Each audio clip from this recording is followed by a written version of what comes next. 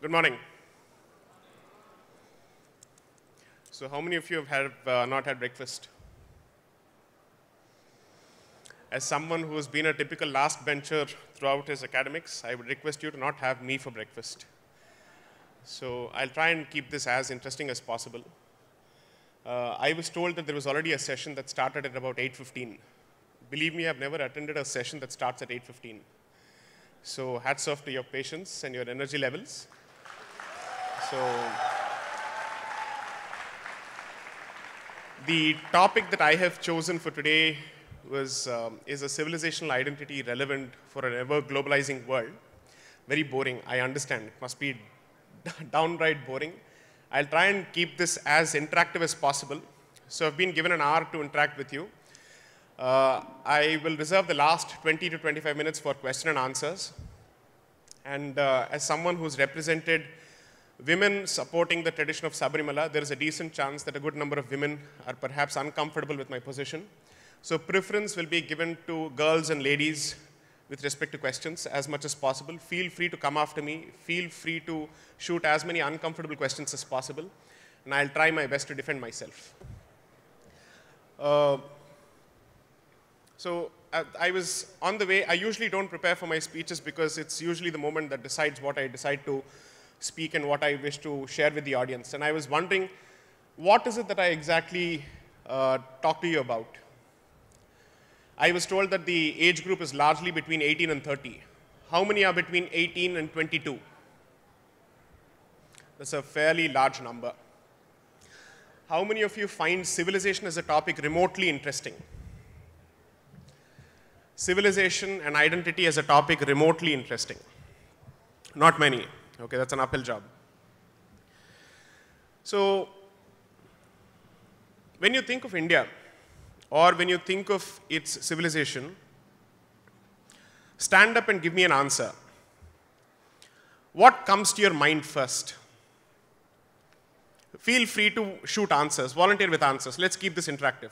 I am sure that with the age group of 18 to 30, we can have a fairly high amount of energy levels. So what is it that comes to your mind when you think of India? And when you think of Bharat? Diversity, yes. Sorry? Culture, okay. Religion, okay. Next. Bollywood, okay. Corruption, okay. Soldiers, okay. You know what are the two most popular things about India in Europe or in North America? For the most part, it was Taj Mahal, Basmati rice, and Aishwarya Rai. So for some reason, we seem to have managed to establish a connect based on culture. And that tells you a lot about this society. Which is to say that it has managed to make its presence felt on the cultural front when it comes to soft power without necessarily adopting the mode of conquest, without necessarily choosing to go to somebody's place and saying, I will now impose my culture on you. That seems to be the leitmotif and that seems to be the message of India. So for the last few days, I've been reading this beautiful book by Sarvepalli Radhakrishnan called The Philosophy of Hinduism. While it calls itself the philosophy of Hinduism, it is effectively the philosophy of this country across the length and breadth and expanse of this country. Now, when you speak of religion, somebody mentioned religion. Can you just tell me what you make of religion in an Indian sense? What is religion? It's a way of life. Beautiful answer. Anybody else? So let's open up this topic for a bit more of controversial statements. Okay, I'm known for making open, blunt, outspoken comments. So feel free to eat me after my talk for the rest of the 25 minutes that I open up for question and answers. Is the Indian concept of religion the same as the Western understanding of religion? Okay, good. There seems to be some kind of consensus on this. No. Why? What makes the Indian concept of religion different from Western understanding of religion, or let's say an Abrahamic understanding of religion? So one gentleman mentions polytheism. Next. Sorry? Canonization. Culture. Culture, okay. Different mindset, okay. Indian religion is a way of life. Okay, fair enough. So that statement that the Supreme Court has made in a judgment has become fairly popular. I'm not sure how many people even understand the context of that statement. One person mentioned polytheism. The moment you mention polytheism, there are 2 or 3 consequences that flow from polytheism. One, that you do not believe in imposing one God on everybody else. Yes or no? Okay. Therefore, everybody is entitled to choose for themselves a certain form of the deity. Yes or no? Okay. Therefore, with that flows the concept of diversity in religious beliefs. Yes or no? Okay. Therefore, inherently, you're comfortable with diversity. Yes or no? Okay. I'm fairly sure that most people who are part of this audience don't come from the same part of India. Yes or no? Are you uncomfortable with each other? So does any outsider need to teach you lessons in diversity? That's the answer.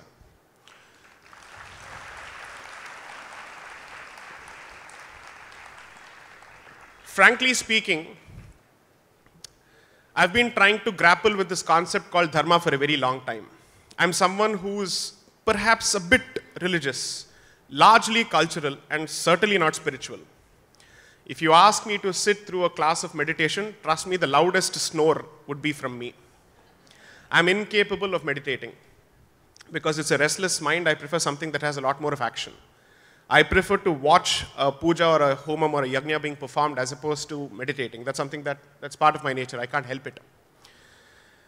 The one thing that I've tried to understand is, what is this concept of dharma? Why is dharma so different from religion? So, I've been trying to read some literature about it. Allow me to put you through this torturous treatment for the next 5 minutes and explain what is the concept of dharma, because that is largely going to explain the concept of civilizational identity. There is an individual and there is the society. Think of the individual as someone who's driving his car, and the society performs the role of having a traffic signal. If free will were to completely dictate the course of the person's choice, can you legitimize the concept of a traffic signal? If free will and independent choice and individual choice were to be absolutely supreme, if you look at the entire concept from that standpoint and from the standpoint of individual, the traffic signal would come across as oppressive, correct?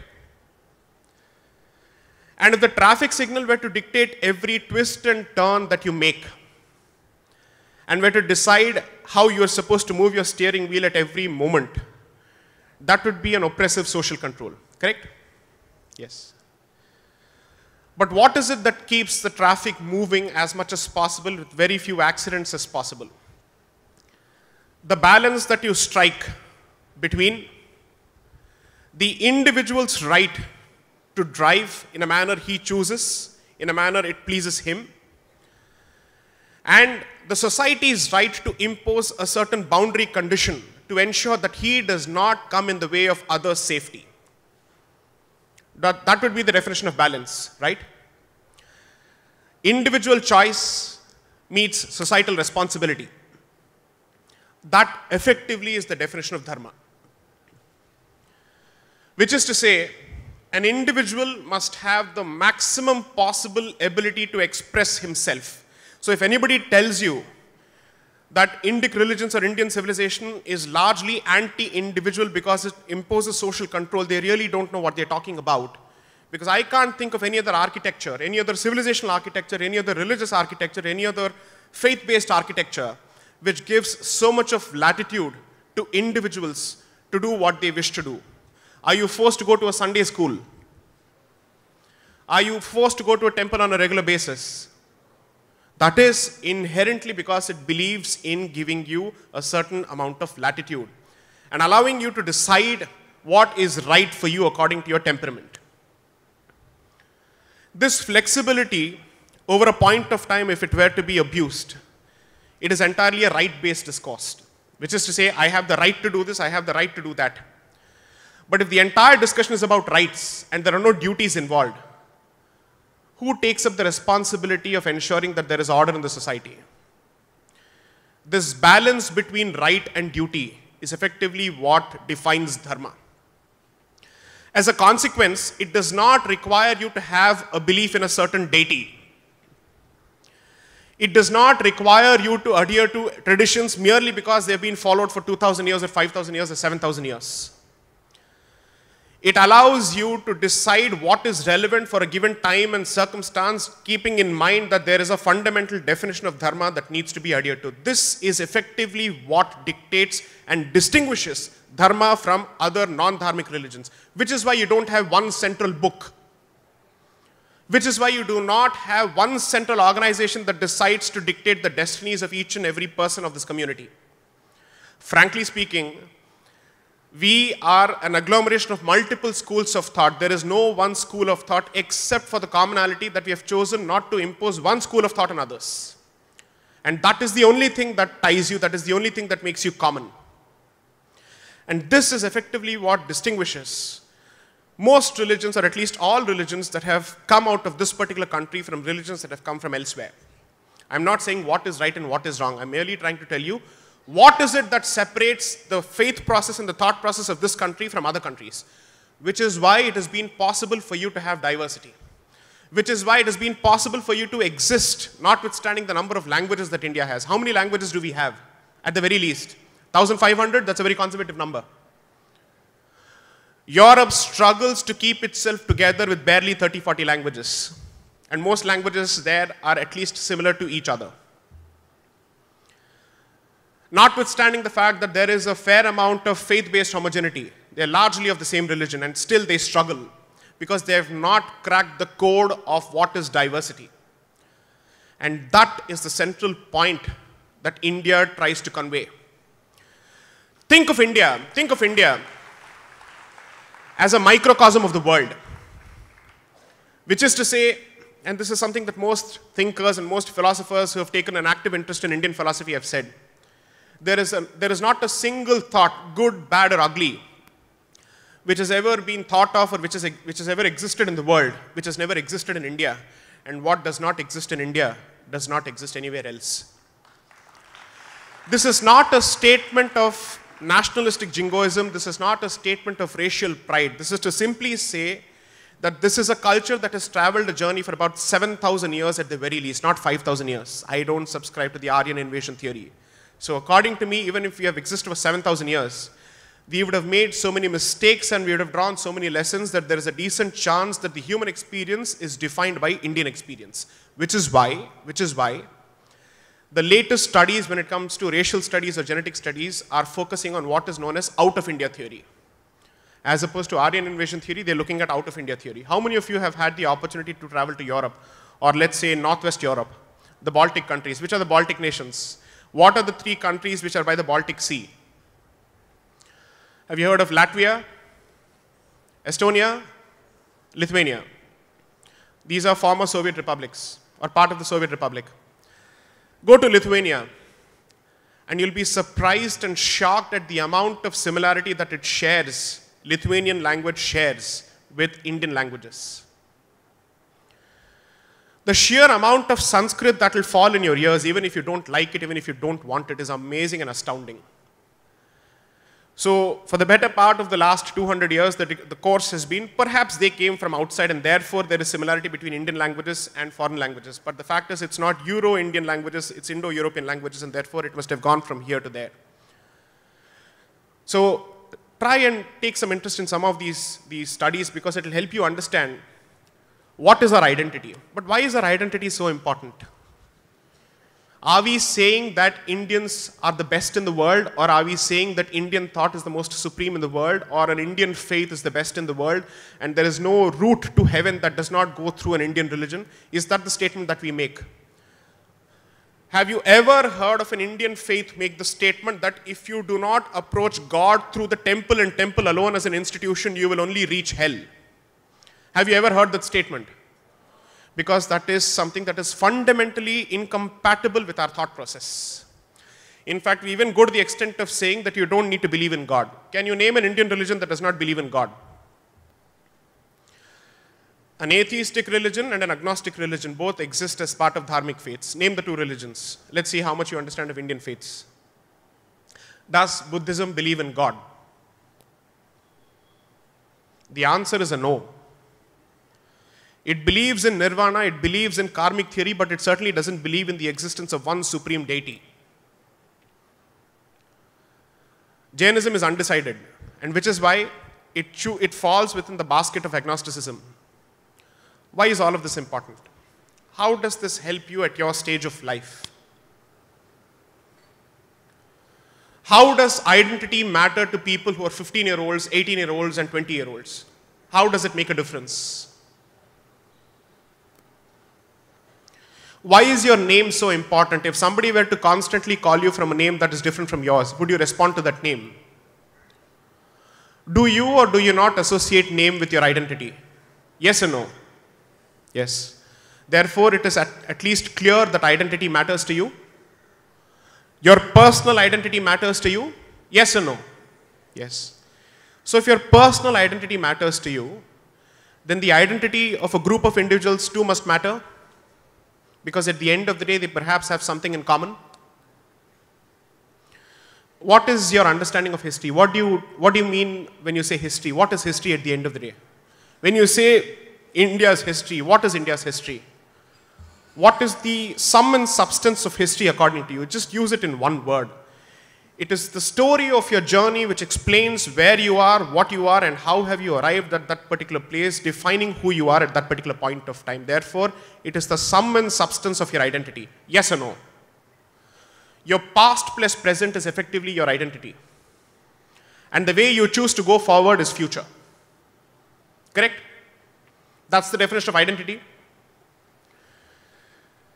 The one thing that we must realize over a point of time, and each day the course of politics is telling us, perhaps with greater reinforcement and greater vigor, that if you do not have a clarity with respect to your identity, your state of confusion will be constantly attacked and exploited to fill it with an alien identity which is perhaps incompatible with the belief of this particular land. I'll make a bold statement. Do you or do you not believe that the Indian version of Islam is different from a non-Indian version of Islam? Yes or no? Yes. How is that possible? Or how has that become possible?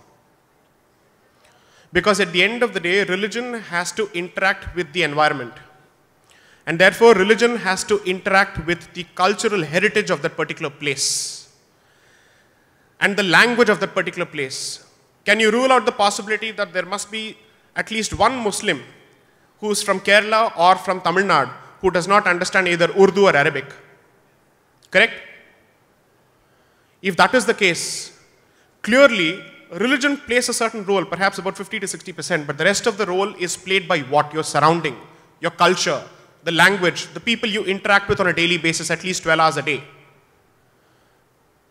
Therefore, when you're looking at identity, when you're looking at civilizational identity, you must realize that religion perhaps plays a role, but beyond that, what plays a role is the culture of that particular place.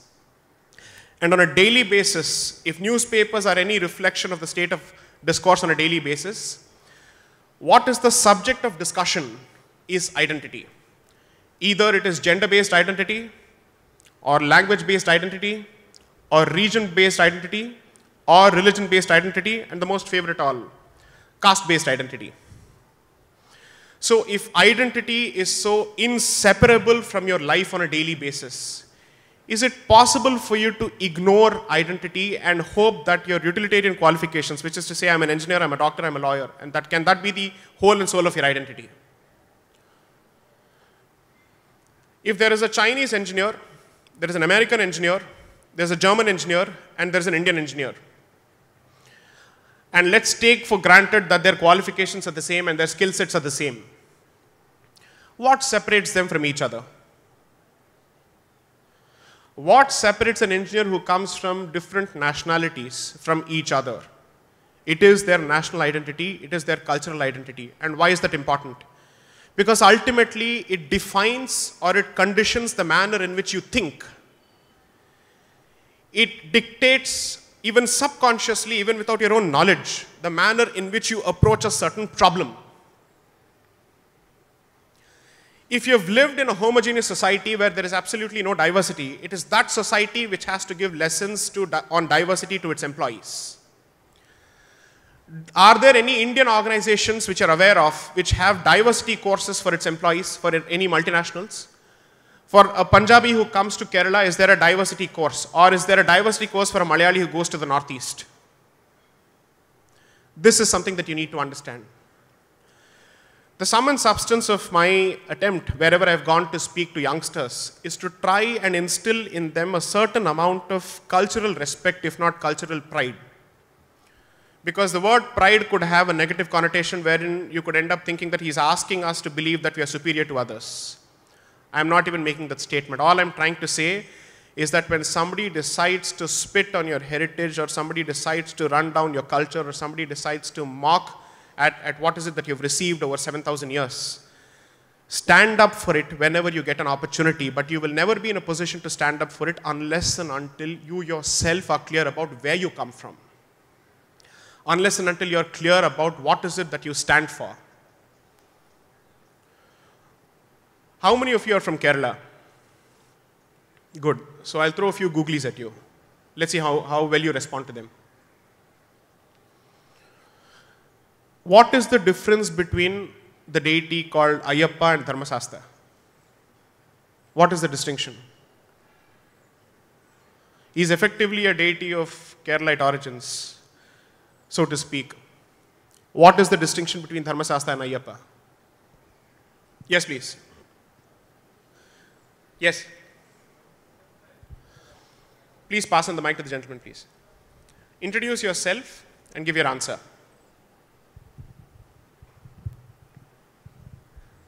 I'm Adul. I'm from Pandalam. Okay, in Sabarimala, he's in the form of Naishtik Brahmachari. Good. And in Shasta, he's in the form of a child, Balashasta. Right. That's the difference. So he's got the answer 70% right, and a huge round of applause for him.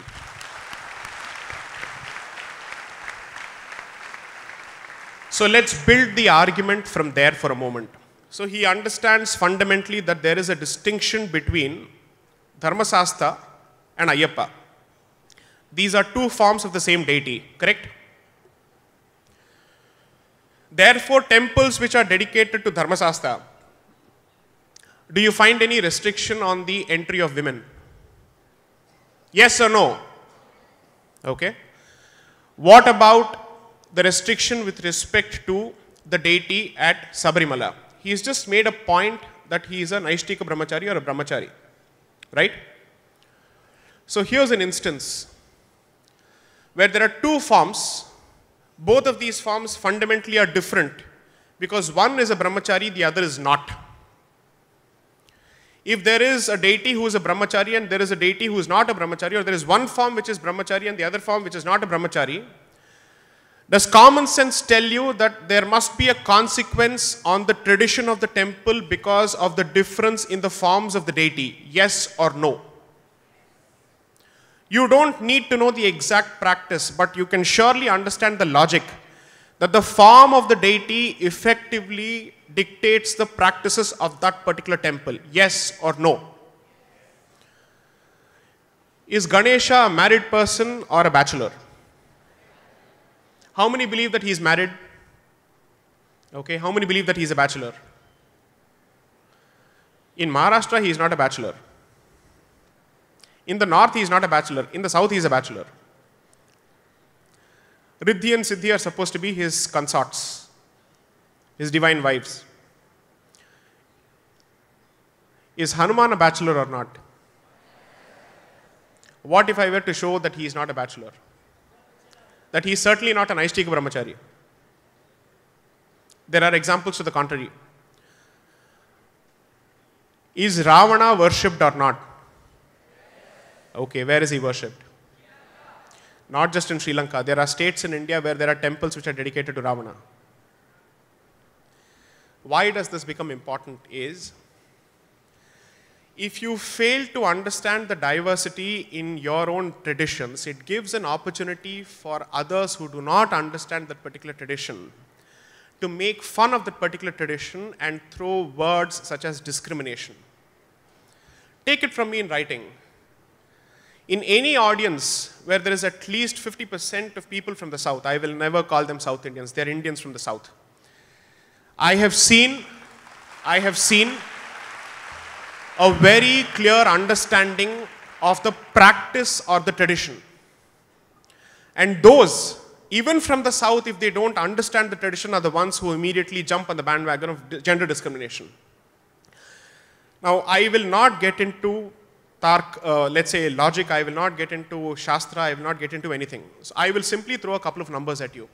Assume for a moment that there are 500 temples dedicated to Dharmasastha and Ayyappa across the country, and there is only one temple which observes this particular restriction. Is that an example of discrimination or is that an example of diversity? Answer loudly. Diversity. You have to ask yourself, when the facts are so clear, why is it that this issue has been distorted to this extent? That this beautiful place, that this sacred temple has become the center of such an ugly controversy. It is not disconnected from the topic or the theme of my topic because it is ultimately a question of identity. I see the movement supporting the tradition of the Sabarimala temple as a movement of assertion of the indigenous identity, which is basically saying, stop looking at us from the lens of an outsider, stop looking at us from the lens of a Britisher, stop looking at us from a colonial lens. You don't understand us, therefore you do not reserve the right to judge us, is the basic point of this entire movement. Can you decide or pass a comment on something unless and until you understand it? Can you make a comment on physics or mathematics or even classical music or Carnatic music or dance form on its technicalities unless and until you're a student of that particular subject? Is it possible? Yes or no? Will you ever make the mistake of speaking on a subject that you're not aware of? Then how is it that so many of us have such fantastic opinions on this particular issue without knowing what the tradition is about?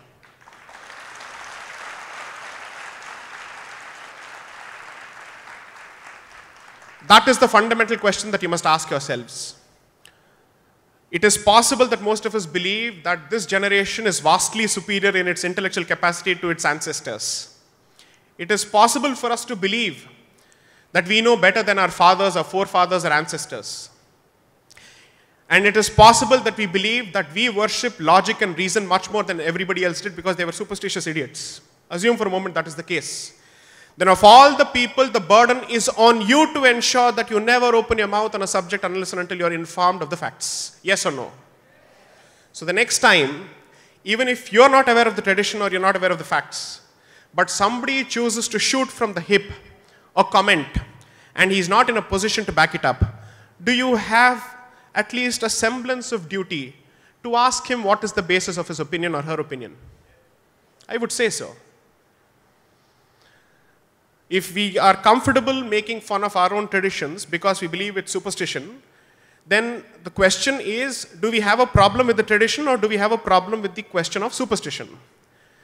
If we have a problem with superstition, regardless of where it comes from, you must be in a position to question it. Yes or no? And regardless of the number of people who hold that particular opinion, because if you decide to raise questions only if the number of people on the opposite side is less, then that will make you a coward. Yes or no? If there are more people opposing you and you do not have the guts to raise the question, then clearly it's a position of convenience. Yes or no?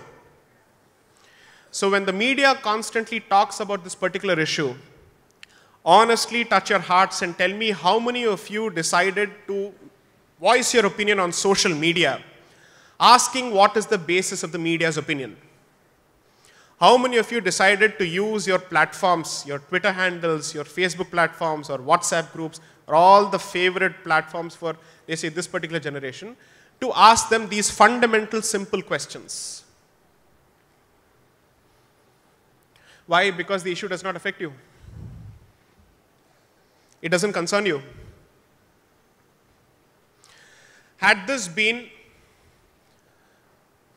a campaign with respect to a non-dharmic institution or a non-Hindu institution, would some of us have not felt that this is unfair treatment to a minority religious institution?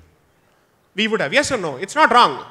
If you see injustice happening to any institution, regardless of its faith, you have a right to question it. There's no doubting it at all. Whether it's minority or majority really doesn't make a difference. But you would have raised your voice, yes or no? But when it comes to your own institutions, there is a fundamental reluctance to stand up for it. Why? Is it because you're ashamed of your identity? Is it because you're ashamed of your history, your traditions? But how can you be ashamed of something if you don't understand it?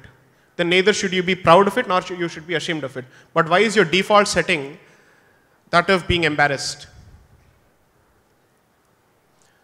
If you do not understand something, then the point is you must be undecided about it, correct? Then neither should you be pro or con, for or against. But the default setting seems to be always against in most places when it comes to our own traditions. That goes to the question of identity. The root of this particular issue is identity.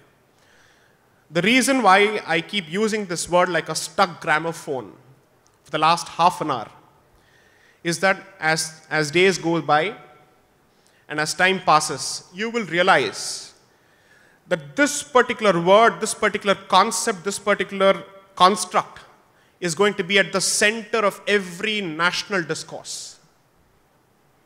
And there is not going to be a single issue that is going to affect your life which is devoid of its relationship to identity. If you have a position on reservation, assume for a moment that you have a position on reservation, can you divorce the question of reservation from that of a caste identity? You cannot. I am someone who supports reservations, by the way, for a very good reason. My reasons are different, but I do support them. The question is for how long will they last and who all must get it, but I certainly support caste-based reservations for a specific reason. But that's a discussion for another day. But the point I'm trying to make is this. When youngsters of your age, I'm 33, I don't know if there is any member of the audience who is a participant who is of my age. So I'll think of myself as someone who's at least a generation away from you, at the very least.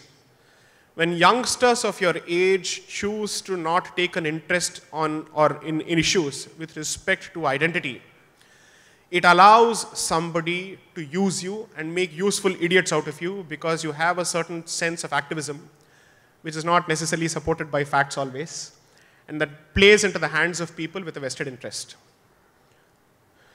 You do not need to support anyone, but since you're such worshippers of logic and reason, and there has not been a single generation on earth which is as intelligent as you, and as smart as you, and as informed as you, I would certainly expect you to question every superstition and every position.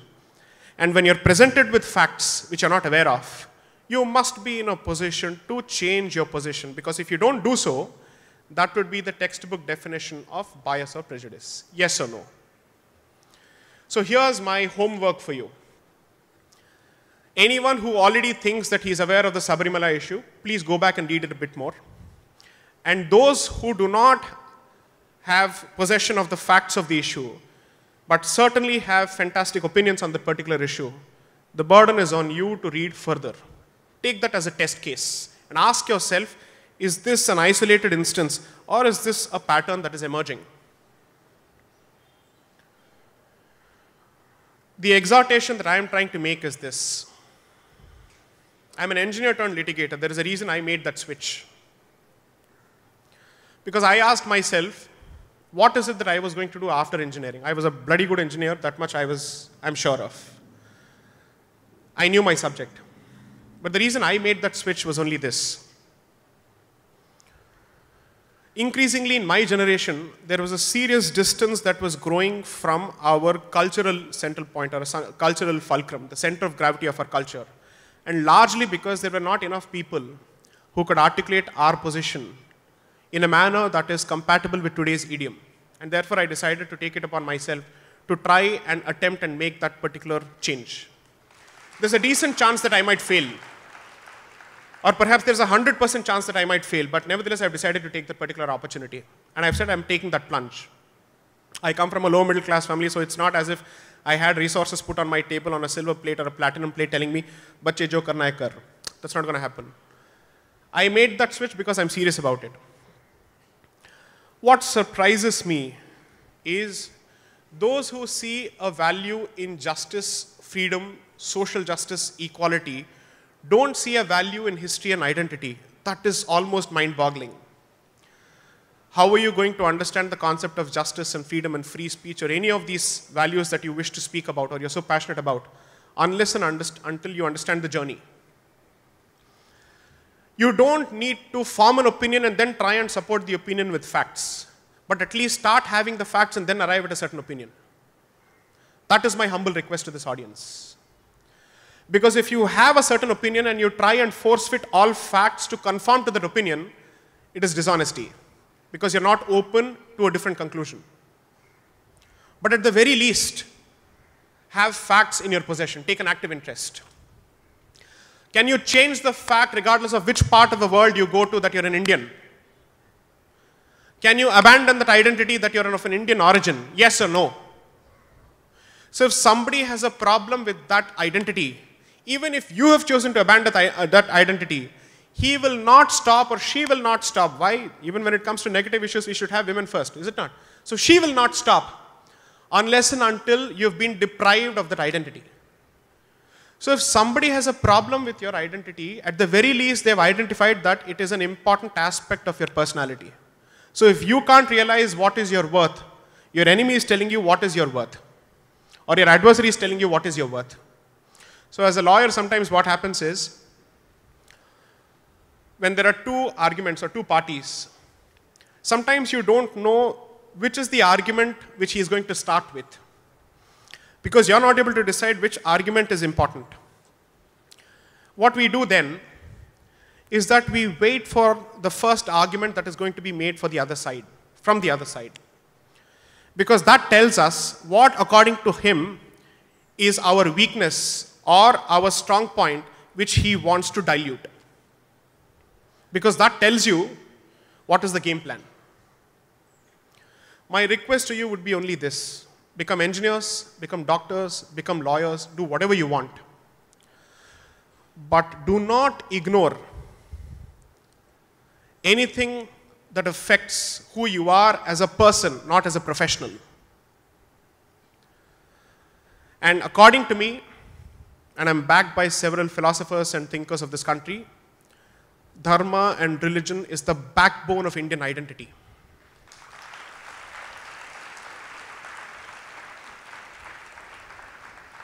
All culture has come and has flown from this particular Gangotri, and the Ganga which you see before you, which is culture, is the product of that Gangotri. I am not asking you to blindly follow anything. I am simply asking you to try and understand the concept of dharma wherever possible. Let's see if I'm still audible. Okay, I still am. So, I'll raise one contentious issue and then immediately open the floor for questions. Feel free to ask me as many uncomfortable questions as you think you're capable of. And I'm throwing that open challenge at you. And I'll try to answer it to the best of my abilities. I may not succeed, but I'll certainly make an attempt. And if I don't know the answer, I'll tell you I don't know.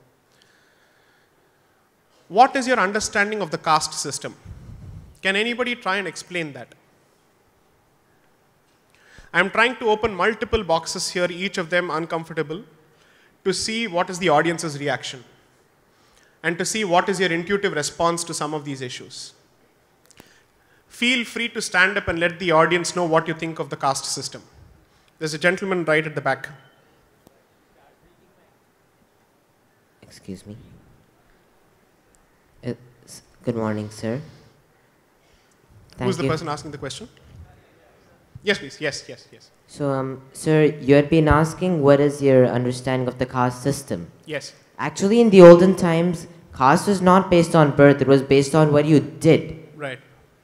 And it has been proved in several cases. In the Mahabharata, Yudhishthira said that caste was based on whatever you did, how one's behavior was. But then as times changed, caste became based on birth. And even now it's being followed, even though the government has tried to reduce it. Can I just interrupt you for a moment? You Sure. can continue, but I have a follow-up question just for a moment. There's a decent chance that perhaps I was unclear in the way I asked it. I'm not asking you what is the caste system based on, My question is, what is the caste system? There is a distinction between these two questions. So the question was, what is the caste system? Not what is the benchmark or the basis of the caste system. What is the caste system? What is its purpose? What purpose does it serve? Is it to keep people down, or is it to pull people up? What is the purpose? Well, one purpose of the caste system is so that people know the differences between each other. And then in some ways it could be that to pull people up so that they know what they are supposed to do. Thanks. But then based on the way it is now, sometimes it can be seen that it's more like to push people who are from a lower caste down. Sometimes it kind of tends to get like that. Okay. How many of you agree with what he said? How many of you agree with what he said? Okay.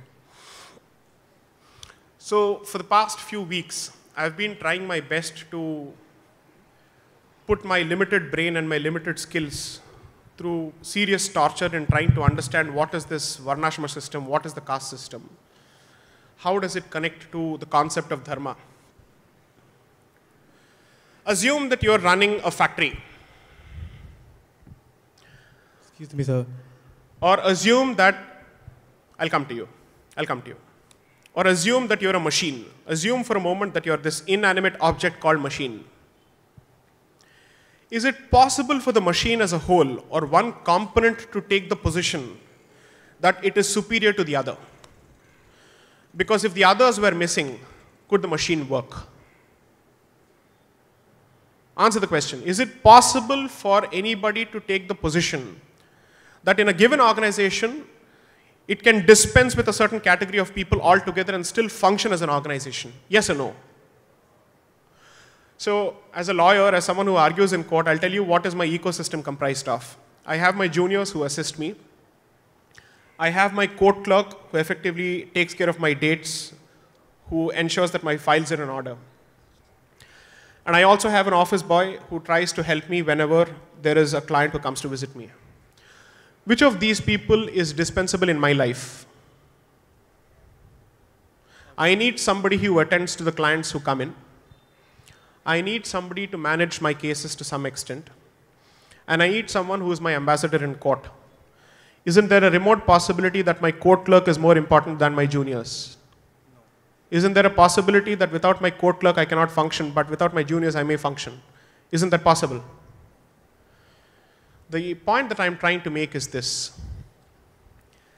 When you choose to, or when you fail to ask the right questions with respect to your systems, you give an opportunity to someone with a vested interest or with a motivation to define your nature for you,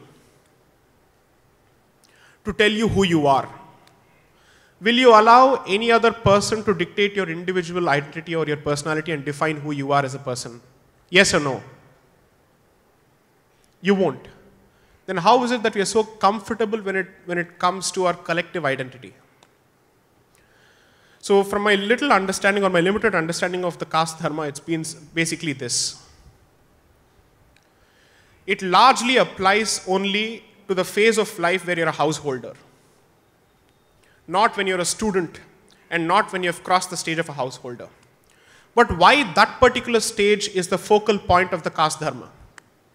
Because those are your productive years. Those are the years that you make yourself useful to the family as well as to the society because you're still active. And that is when you're at the prime of your vocational expertise or professional proficiency. Therefore, this was primarily meant to be a system which was meant to ensure that you are in a position to contribute your best to the best of your abilities and to the best of your innate nature. Unfortunately, over a point of time, as is human nature, it's like an unreserved compartment in a train. Anyone who gets the seat will never wish that the other person gets the seat, because you've effectively put your position there, you've put your foot in the door. So as a consequence of which, what has happened is that anyone who's occupied what he thinks is the supreme position doesn't want to vacate that particular position. But the good part, and according to me this is the benchmark for every system, Any system that is not open to change and is incapable of change is a system that is meant to die and wither away, regardless of who is its author and where it comes from. Can you really say, having seen whatever it is that you have seen, that as a community and as a let's say as a civilization, you're incapable of reform? Can you really say that you come from a society which is so rigid that when it is pointed its mistakes, it is incapable of accepting its mistakes? When you're told that this is not the way to treat a woman, do you not change the manner in which you treat a woman? There was a time when the daughter would never be considered worthy of her father's inheritance. But today she is as equal as the son, or the son is as equal as the daughter. Yes or no? Do you need any further proof of the fact that you are a fundamentally open system which is open to reform, provided there is a need for reform? This is effectively what you need to take away from this particular session. Whenever there is a discussion on religion, on history, on society, on rights, on discrimination, do not start with an opinion, start with facts. That is the fundamental distinction between an activist and a researcher, because an activist effectively decides the position and holds on to the position regardless of the facts which are presented to that particular person, he or she or she or he, in whichever order you choose to see it. A researcher, a seeker, which is what your civilization is all about, asks the right questions to get the right answer. If you were to ask the question, can I smoke when I pray? Isn't it distinct from asking the question, can I pray when I smoke? There is a distinction between the two questions. And it points towards intent. So my humble request to you would be, enjoy this phase, but also make the maximum utilization of this phase, because you'll never get this time in terms of equipping yourself with maximum abilities or giving yourself maximum tools. The one thing that I regret even till date is that sadly I'm incapable of expressing myself in any language other than English in a decent manner. And that is not a badge of honor at all. That is not a badge of honor at all. A person who cannot even express himself on a public platform in his mother tongue has insulted his origins and his mother tongue, according to me. So if I were to give you 2 or 3 takeaways, 1, be proficient in a language, in an Indian language other than English. Please try and do that. And one of which must be your mother tongue. And pick up another Indian language other than your mother tongue.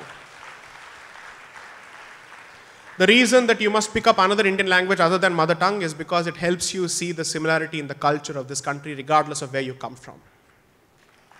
It's important. Second, whenever there is an issue, feel free to disagree with me or people like me who you see are part of some larger saffron conspiracy, to disagree with us on everything that you think we are wrong. But disagree with us using what you think you are best at than your ancestors, which is facts and logic, not opinions. Start with facts and logic. 3, I am not going to ask you to be religious or spiritual, but at the very least, be proud of your culture. I'm sure that's possible. These are the only 3 takeaways that I have to offer. And just one final thing. If you have a problem with Indian identity and you think it stands for corruption, inefficiency, and incompetence, and the same tendency continues or the same perception continues after 5 years or 10 years, then the blame lies at the doors of your generation, not the previous generation. Yes or no? So whichever profession that you decide to take up, at the very least, try to be among the best in the world for that.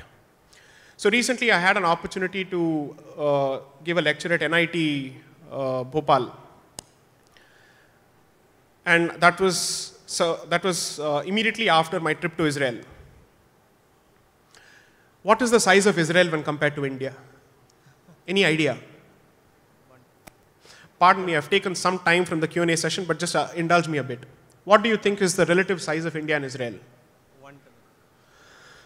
India is 150 times the size of Israel. Greater Mumbai is perhaps bigger than Israel. 80 kilometers, 280 kilometers, or 200 kilometers. That's it. That's the area. The population of Bangalore is close to the population of Israel. 8.5 million is the population of Israel, and 8.3 million is the population of Israel. Oh, sorry, the other way around. Israel is 8.5 million, Bangalore is 8.3 million. And that country, which is located bang in the middle of a desert, is giving us agriculture technology. Kudos to them and shame on us. Aren't these issues that you can change, or aren't these aspects that you can change?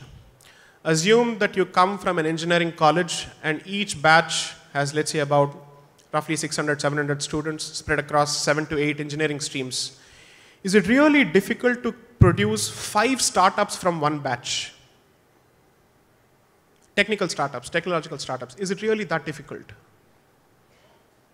If it is doable and if it is achievable, and still it doesn't happen, really do you have the right to question your ancestors when the present is in your hands? Your ancestors have built temples we can't imagine today. It's impossible to conceive of such temples of such grandeur, of such scale, of such intricate design, and of such scientific temper. So we really are not in a position to sit and comment on our ancestors unless until we are in a position to prove that we are different in action and conduct from them. In a good way, of course. Questions, please. Yes, sir. Hello. Yeah. Yes. Sir, good morning, sir. Sir, myself Prateek Agarwal from Team 26. My answer to your first question, what is basically caste system or what on basis? I think it is like an organization in which different persons are assigned different jobs so that there can be a harmonious way in which work can be done. And this is same like a lawyer who has achieved a degree of lawyer, practiced lawyer. He can't be a doctor unless and until he chooses to do medical. The same way is the caste system, the earlier. And I have a question for you also. You said you have a view and the people have different view. And the Supreme Court is going to have a trial on Sabrimala temple. I'm not interested in the verdict. I'm just interested in, do you believe that you will get a fair trial, that your issues will be heard by them, or the people will support you? In a democracy, the most important thing is that everyone should get a fair trial. That's it.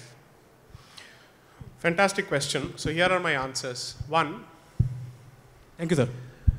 as someone who respects his profession and also the forum that he practices before, I'm putting my faith in that institution to be fair to our point of view and not be driven by the media narrative. I'm putting that faith. I'm hoping that my optimism will be justified. By that, I don't mean that the court must necessarily rule in our favor. I'm simply saying that the court must at least attempt to understand our position before having formed its opinions, because then there is practically no distinction between them and the anchors of NDTV. But most importantly, the one thing that I draw huge inspiration from is that the biggest source of support in this entire movement have been the beautiful women of Kerala.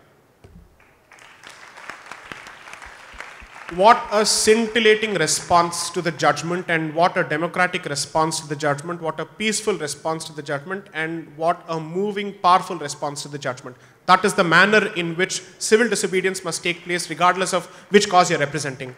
You can never accuse any of them of violence. And you can never accuse them of having transgressed the limits of civility and decency. So as far as I'm concerned, I'm inspired by one or two facts. One, that the devotees of the temple at least know for a fact that there are enough voices in court which represent their point of view in court. And therefore, they will not go unheard, and they will certainly not go unvoiced. The second thing that I draw serious inspiration from is that of all the people, the one person on the bench who was convinced by our position was the lady on the bench. Out of the 5 people on the constitution bench, it was the lady who ultimately accepted and endorsed our position that the petition deserves to be dismissed. that someone who does not even make the statement that he or she believes in Ayyappa has no right of access to that particular temple, because that is not a public place, that is not a picnic spot, that is not a cinema theater, it is a temple. Therefore, if you do not believe in a place of worship or what the place of worship stands for, and you do not believe in the fundamental tradition of the place, I repeat, and I am absolutely open to being quoted on record, you do not have the right, you do not have the God-given right to enter that place. Good morning, sir. He's been waiting for a while, let him finish his question, and then the next person can ask. Yes. Thank you. Deepak ji, actually, it is not a question, it is the construct of a doubt, a comment, and an assurance from my generation. First, I would like to make a comment. When I'm not talking about the judgment which is a verdict issued by the apex court of this country, but the consequences happened in this land of God, God's own country. I just put up my Facebook status, it's Ayyappa's own country. Absolutely. So proceed. Absolutely. The arrests happened. The 1,200 people has been arrested and harassed. And in the democracy, expressing the protest is the prerogative which is given, prerogative of every citizen of this country, given by the very Indian constitution, has been used as a tool to suppress the same population, unfortunately. This is the comment that I would like to make. And the doubt, is it not the intended intrude between colonial powers to create a caste system? Or is it, is the caste system existing before the colonial powers enter into the Indian society? That is the doubt. And the assurance that I would like to give from my generation is, we are already on the battlefield, the ideological battlefield, on the virtual platform, which we are fighting, better than many the so-called leaders or the what we can say, the representatives of the Hindu society or the Indian society. For example, on October 2nd, I have started... Just to ensure that others, especially I have not had a single lady ask a question or a girl ask a question so far. So in the interest of time, let me respond to your doubt, and perhaps we can continue this offline. Is that okay with you? Can I respond to your question first? Sure, definitely. Yes, please. Yes. So the first point that I wish to make is, I'm happy that you have expressed yourself on social media. But if you think that is the be-all and end-all of your ability to express, then you underestimate yourself, and I would say that you're hitting below your weight. 2, there has been such a mass movement around the Jallikattu protests when a lot of youngsters decided to make their presence felt. A similar movement must start among the youth of Kerala. You won't believe it. Every time in every discussion, this blessed state, this beautiful state, has been blamed for voting the wrong people to power. But the one thing that they've proved is, regardless of who is in power and regardless of what the numbers may be, they will never let go of their dharma. According to me, that's the most powerful statement that could have come from this community, and I'm grateful for the adverse judgment because it has woken up the community like this. So I'm someone who's a die-hard optimist. I see a silver lining in the darkest of clouds. And as far as I'm concerned, the silver lining as far as this judgment is concerned is that it has woken up a society that was in deep slumber. And it has woken up the society in such a powerful manner that, I'm sorry to say, if there are people in the world who never were aware of this deity called Ayyappa, that deity has gone global. So as far as I'm concerned, you've helped us get more converts. Thank you. Now, to respond to your point, there's a decent chance that the caste angle or the caste discourse is an invention of the colonial powers. Okay, no problem. But how long are you going to keep blaming them? What sense does it make? You've been an independent country for 70 years. In 70 years, after being bombed out of nowhere, Japan has managed to reach a certain place. Israel has managed to reach a certain place. They've managed to reinvent their identity. They've managed to project their identity. Why are you constantly crying about those people when you've had the opportunity to build your destiny for the last 70 years? Let me finish my point. I will always blame the thief for his intent, his mischievous intent. But I will blame your stupidity for keeping your doors open. And I will blame your apathy for keeping your eyes closed when the thievery is happening and when your stuff is being stolen and you have not had the street smarts to protect yourself. We'll continue this discussion offline. The point I'm trying to make is simply this. Get your history right to the extent of understanding who played what kind of a role in creating a certain mischief or in inventing a certain mischief. But the solution must come from you. And if you lack the interest, inclination, and the originality to come out with a solution, then you have nobody else to blame but yourself. So as far as I am concerned, history must tell you who is responsible for what. But history cannot become your excuse for inaction. I'm sorry. Yes, the lady, she wants, yes. Namah Good morning, sir. It's 10:30. Amitji, can I take just 10 minutes more? Is that okay? It's 10:30. Can I take 10 minutes more? Yes, please. Yes. I would like to know your reasons for which you support the caste system based on you support the reservations based on caste system and not on the based of economic inequality. Great. So, most individuals, when they have an opinion, it is shaped by their personal experience. There's a decent chance that my position is biased by my personal experience.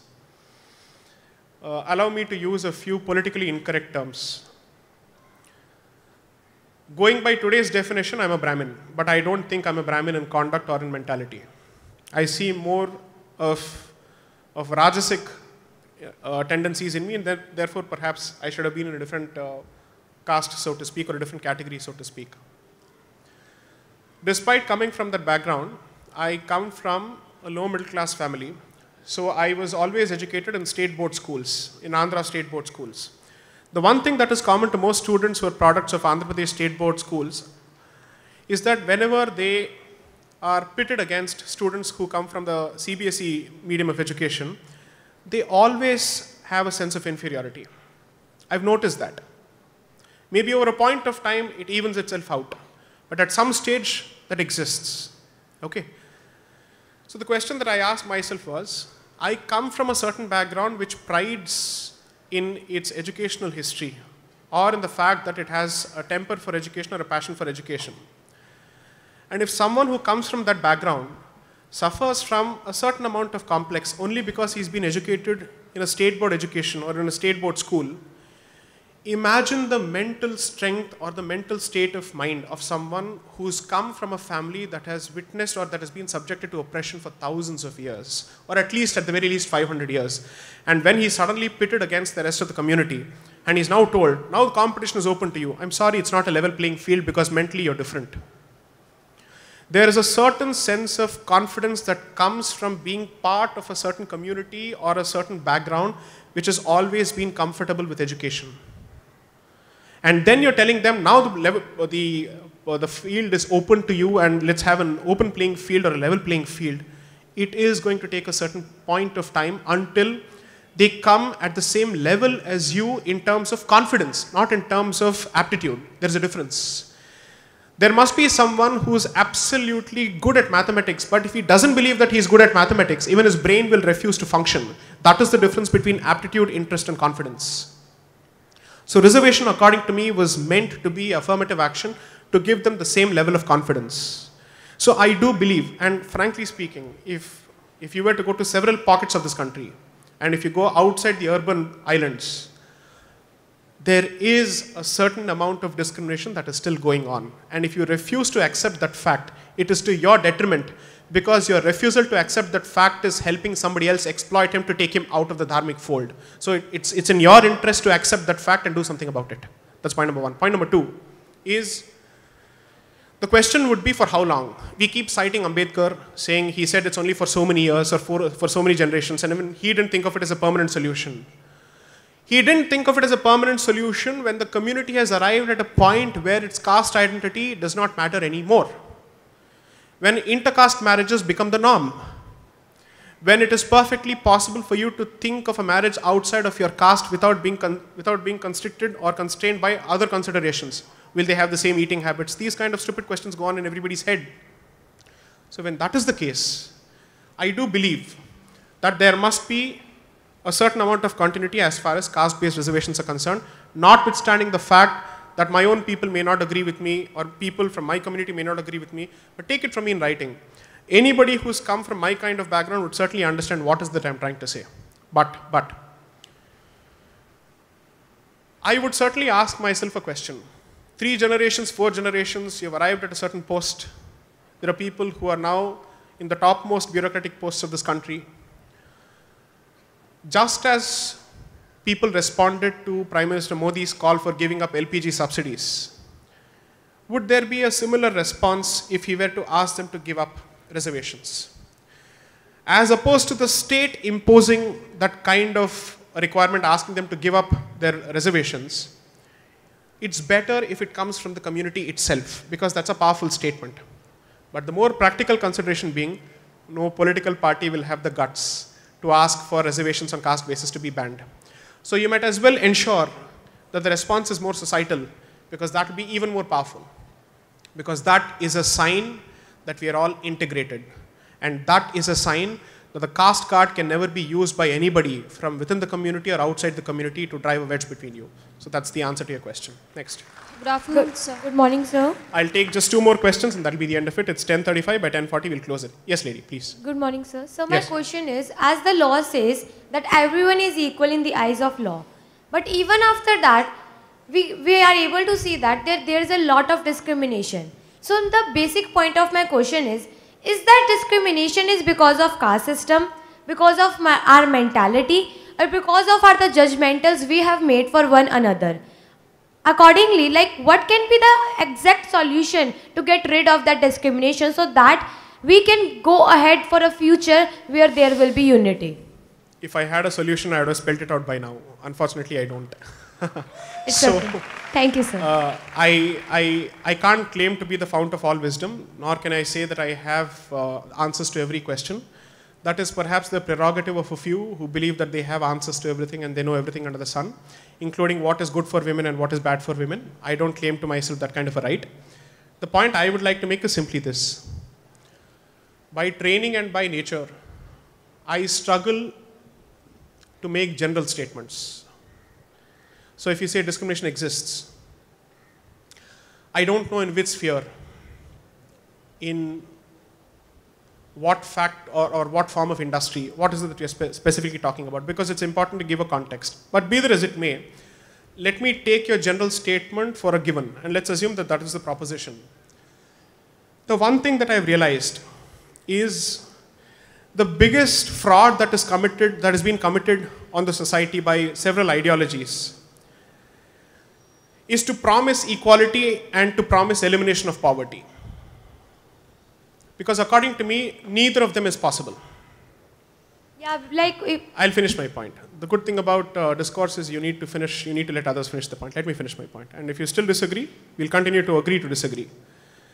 The point is, you can never achieve equality. Not in this society, in no society.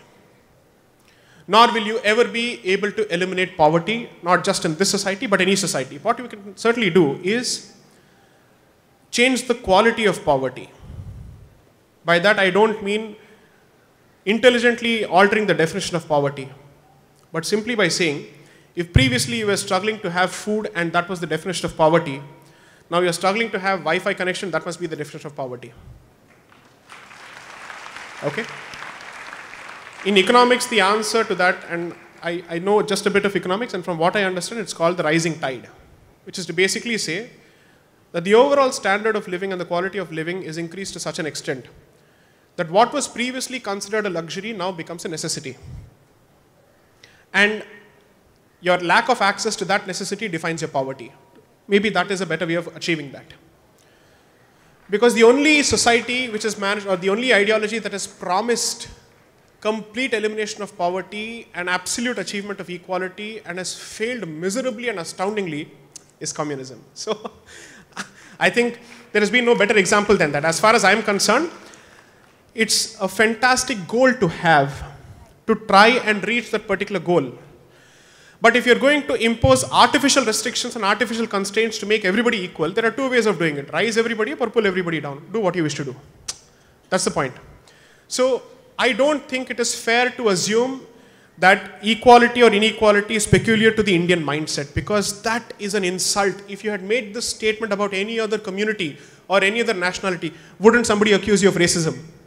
So how is it acceptable when you speak of our own traditions? So try and understand that point. As far as I'm concerned, you go to America, they will certainly say racism exists. You go to the best and the most advanced of countries who you look up to for free speech and free expression, even they have a problem.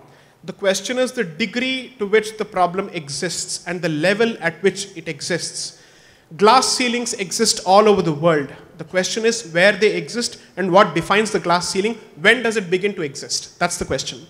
So I think it's important for us to understand that there are things that you can deal with and there are things that you can't change. But it is always good to try and increase the quality, overall quality of living. That must be the goal according to me. One more question, please, and that'll be the end of it. Good morning, sir.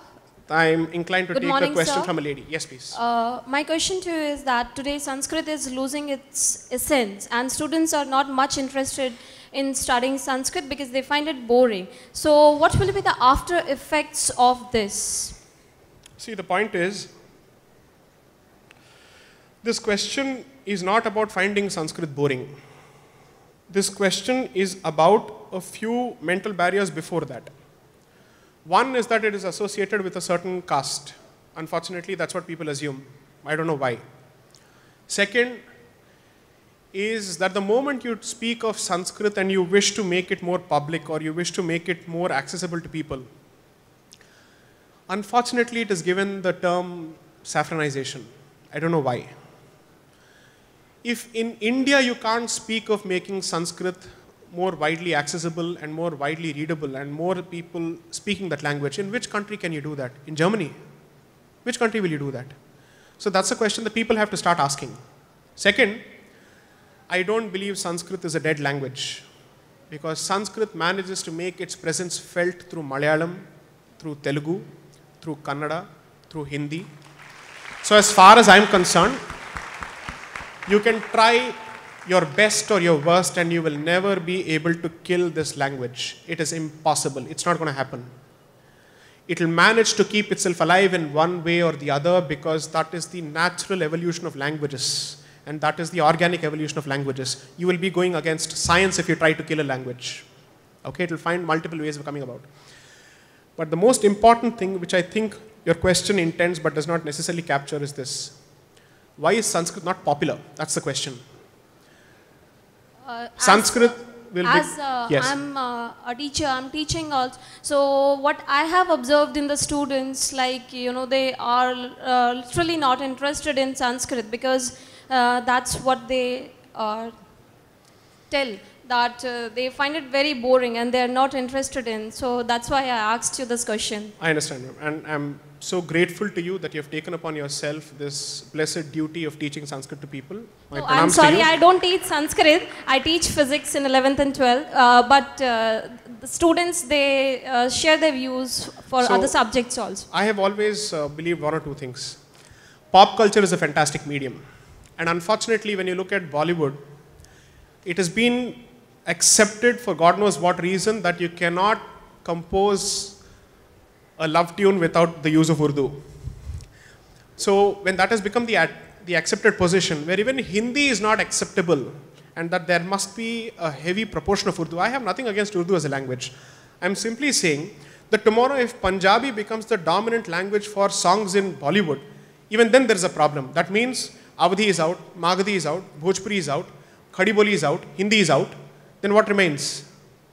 So as far as I'm concerned, monopoly of any particular language over the popular medium is a problem.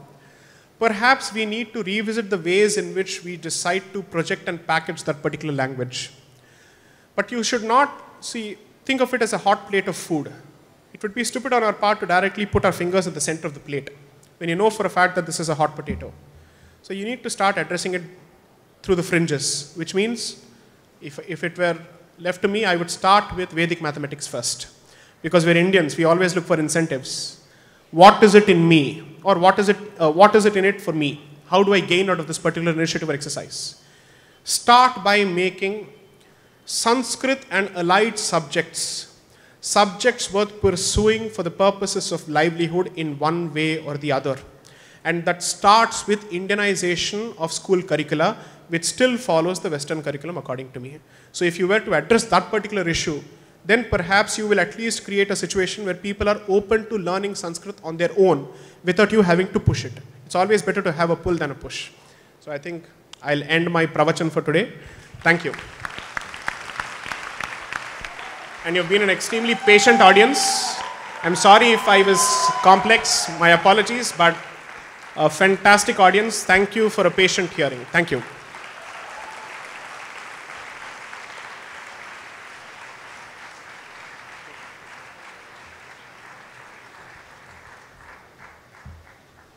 Thank you so much, SAIDEEPAK ji. I think we can all agree that your talk was truly motivational, thought-provoking, and very inspiring. To express our gratitude, we would like to present you with a memento. Dr. Rameshwar ji will be presenting this memento.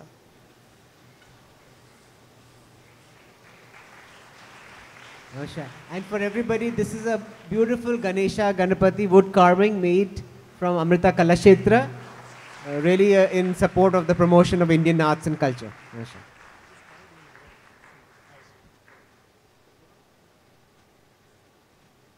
Thank you so much, Deepak ji. Now,